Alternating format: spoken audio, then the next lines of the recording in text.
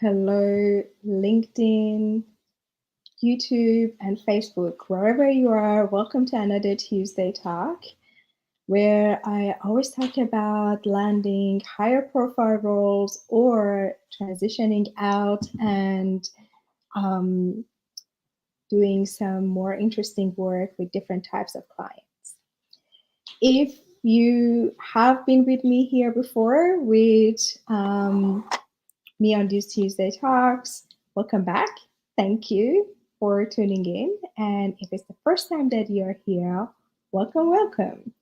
I'm passionate about helping two groups of people to get what they want and grow their career and do something differently or better or higher or more interesting.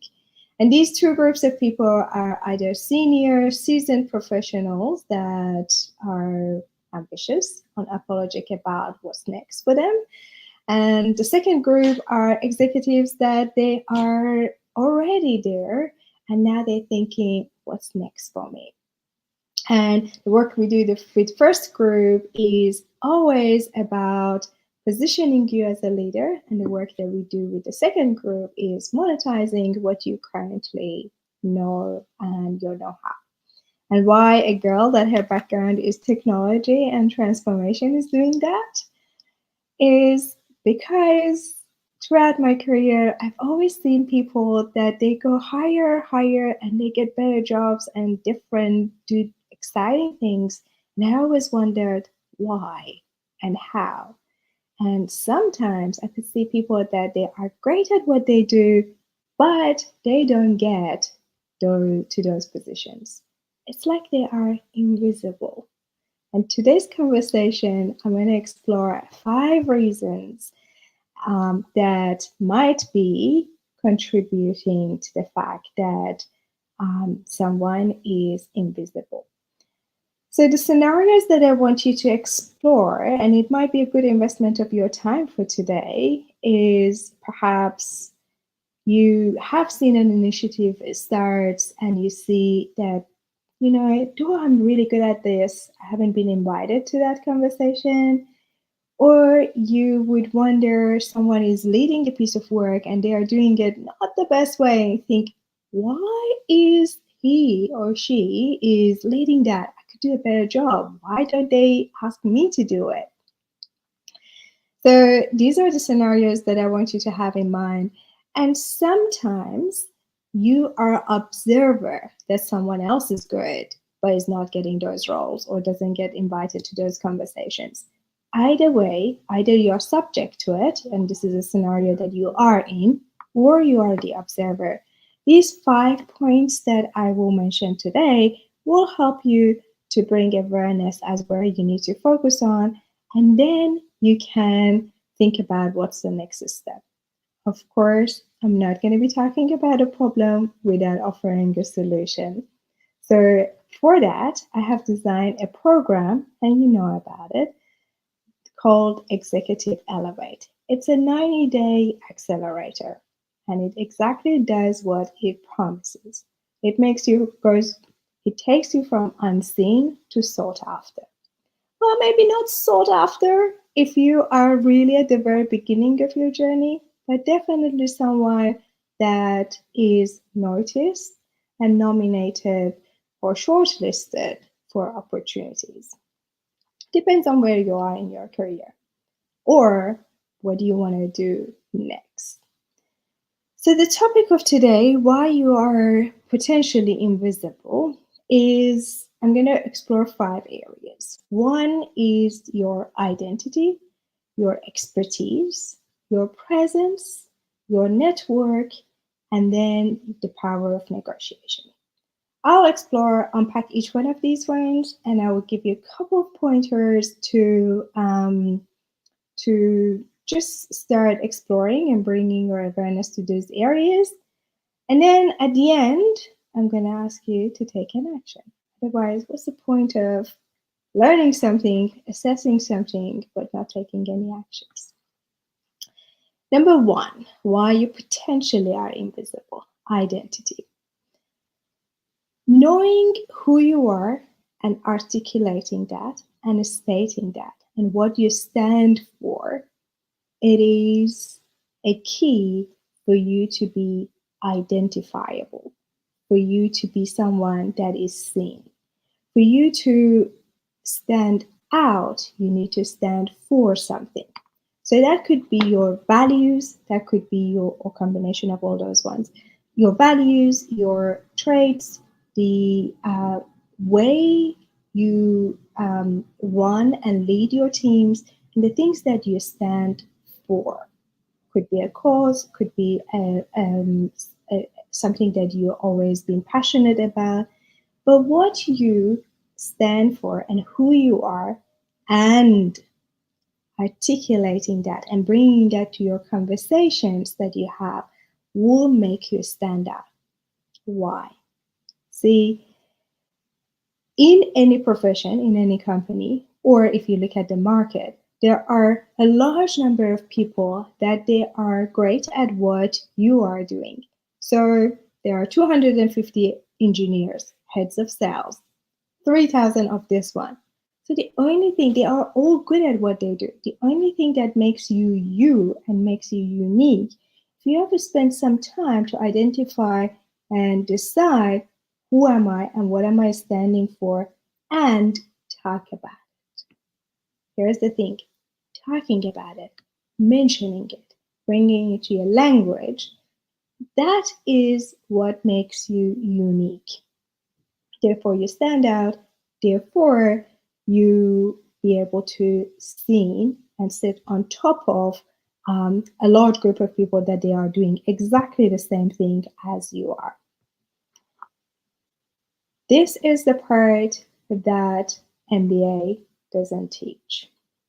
However, MBA does really well in the second part, which is your expertise, or what I call edge. Again, someone in different professions, they might be really good at what they do, but the key thing is no one around you knows what you are good at. They know what you're good at, but you're not known for that. It's not your brand. Let me give you an example that you know what's the meaning of brand, and if you've become a go-to person for a topic, for a specific topic.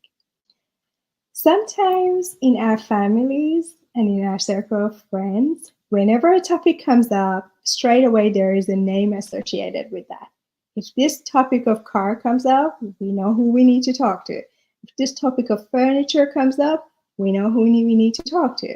If this topic of X comes up, we know this person that is amazingly good at this and knows everything about it. Well, you might say, yeah, of course, I'm good at this. I'm a data scientist. So what? I'm a service delivery manager. So what? I'm a good product owner. So what? See, there's a difference between what is your job title or what you're good at, what you do versus what people know you for. So this is part of your branding. So what I want you to think about is that what is the topic that when it comes up, everyone needs to know that they need to call me? What is it that when that topic comes up, everyone needs to call me? And I mean everyone, from family members to friends to ex-colleagues to former managers to current one. Is there a topic that you are known for it? I give you an example, and this is a dinner conversation that recently came up.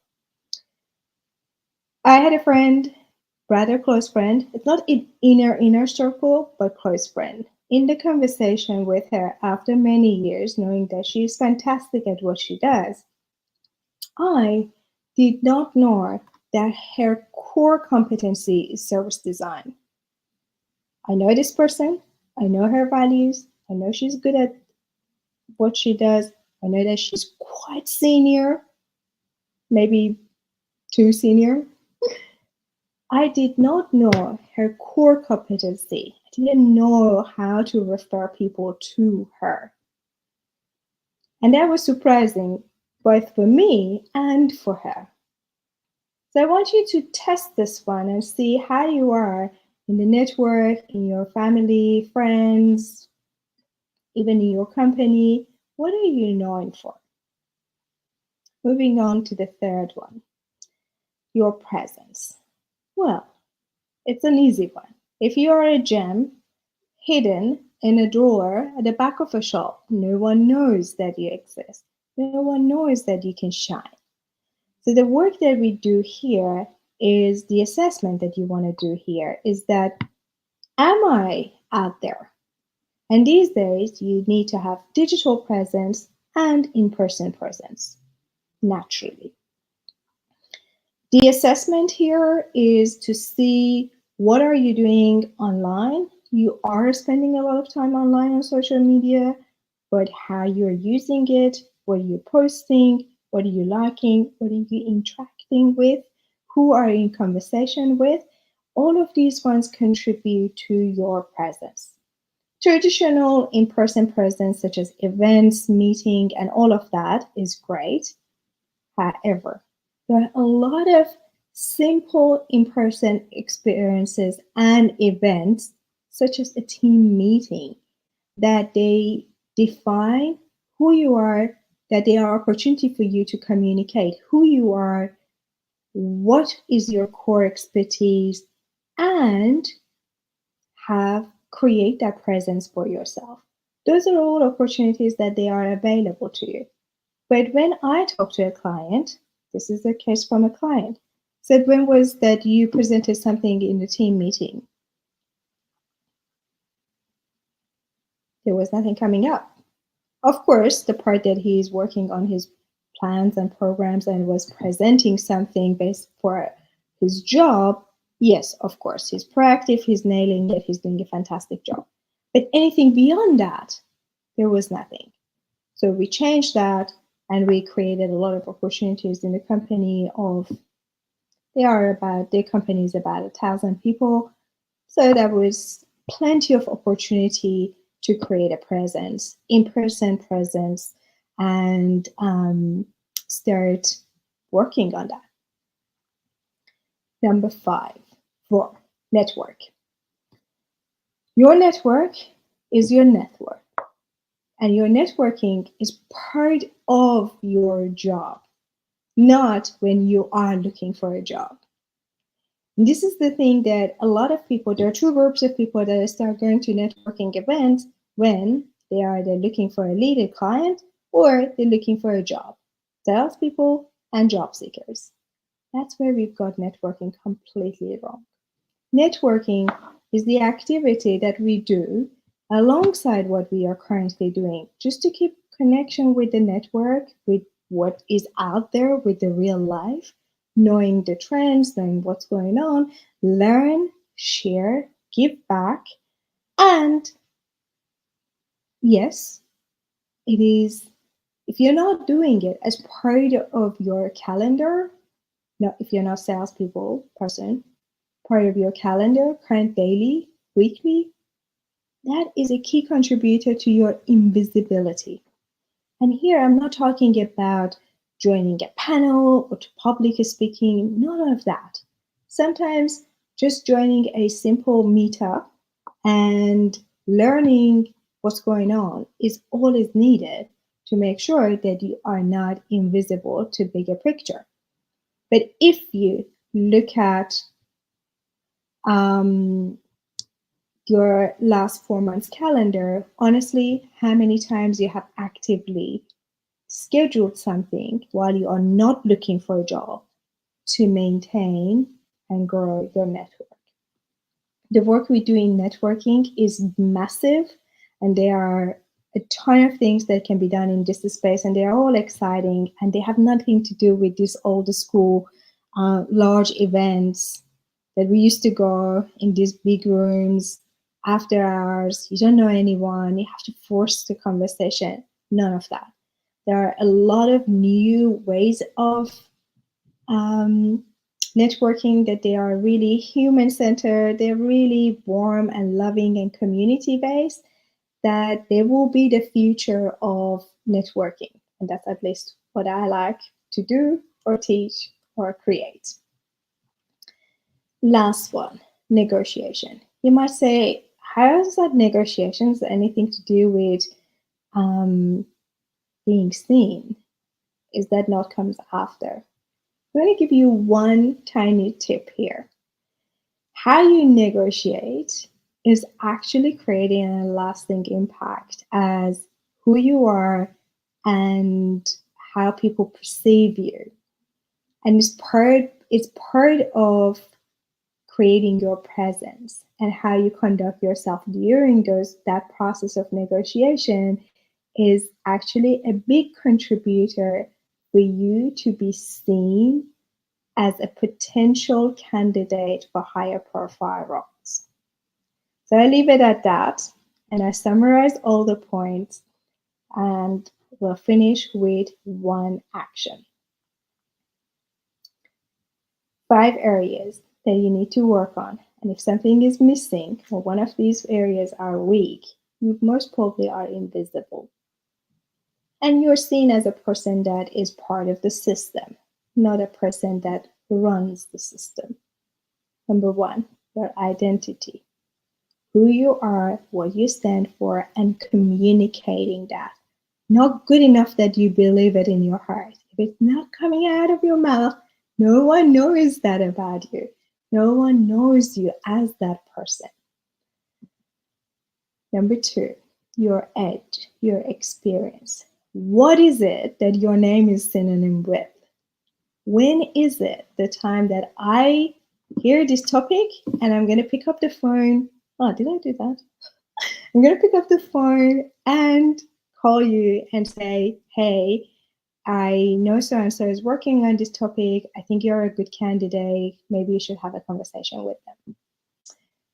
Number 3, your presence. What are you actively doing apart from social media, apart from LinkedIn likes, that demonstrates you are good at something and you are a go-to person for a specific type of problem? Number 4, your network. Are you doing it part of your job or whenever you're looking for a job? And number 5 is your negotiation. That is part of positioning you for higher profile roles. All right, now action. There is an assessment, which is the leadership audit scorecard. It's not for a faint of heart. I designed this one a while ago. It was quite long, 40 questions, and looks at all these 5 areas and a little bit more. And then the feedback that I received was that, oh, this is too long, we're not going to do it. Oh, no one wants to do that.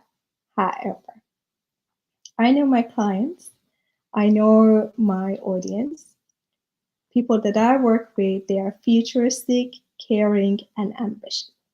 So if you want to know what's your score in terms of visibility, I invite you to go to a link that is somewhere around here. Depends on which platform you're on. Take that assessment and see what comes up and what's the score, and take it from there. Assessment is good. It's 40 questions. I'm going to be honest. It's not one of those two-step games.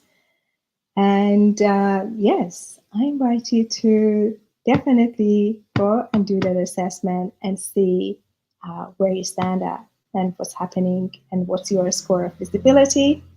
And that's it for today. Thank you so much for joining for another Tuesday talk. I actually was delayed a little bit, so apologies for that. I had to restart my laptop. Totally unnecessary for Tuesday afternoon, but so glad that I got to have this conversation with you, and have a lovely week. I'll see you next week, same time, same place, different topic. Bye.